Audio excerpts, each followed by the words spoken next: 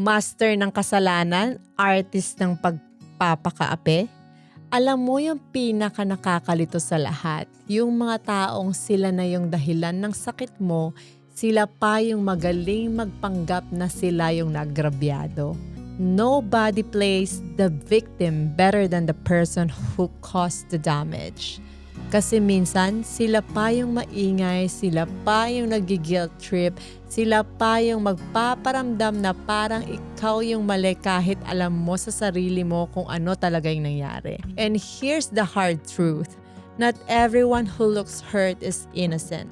And not everyone who stays quiet is guilty. Kasi minsan yung tahimik, yun yung nagtitiis, yung umiiwas, yun yung ayaw na lang lumala. Kaya next time you find yourself questioning your reality, pause. Hindi lahat ng umiiyak biktima at hindi lahat ng tahimik talo. May mga taong sanay na gumawa ng kwento kung saan sila yung kawawa kahit sila yung ugat ng lahat. And you don't need to fight that narrative.